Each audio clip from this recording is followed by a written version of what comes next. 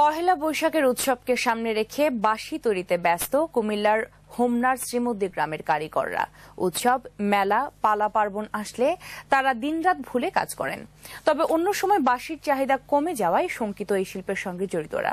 সুমন রায়ের ক্যামেরায় কুমিল্লা প্রতিনিধি হুমায়ুন কবির রনের রিপোর্ট, জানাচ্ছেন রত্না জামান।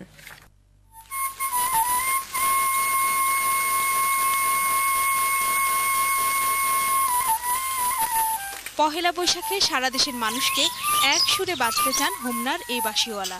নতুন বছর যেন নতুন বার্তা নিয়ে আসে হোমনার শ্রীমদ্দি গ্রামে। কারুশিল্পীরা মেতে ওঠেন বাঁশি তৈরির উৎসবে।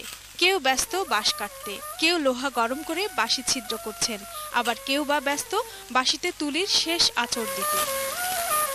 রং ছক করিয়া তারপরে আমরা মেলায় নিয়ে বিক্রি করি, ঢাকা ছক বাজার নিয়ে পাইকারি দেই, তারপরে খুলনা, বরিশাল, বগুড়া অনেক বিভিন্ন জায়গায় নিয়ে যাই। এরপরে আমগো মাল আবার বিদেশও নেয়। বাঁশ সংগ্রহ থেকে শুরু করে 11টি ধাপ শেষে তৈরি হয় একটি বাঁশি।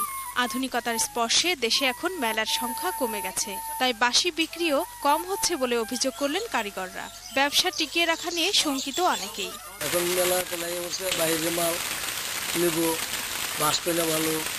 মনে হয় যে এই ব্যবসা আমরা যেমন টিকিয়ে রাখার মতোই সরকার 10 দিনে কিস্তি দিয়ে যদি এই বাঁশি ব্যবসায়ীদের সহযোগিতা করে, তাহলে এই বাঁশির ব্যবসা যে বিলুপ্তর পথে চলছে সেটা আরো উত্তরোত্তর সমৃদ্ধি দিকে এগিয়ে যাবে।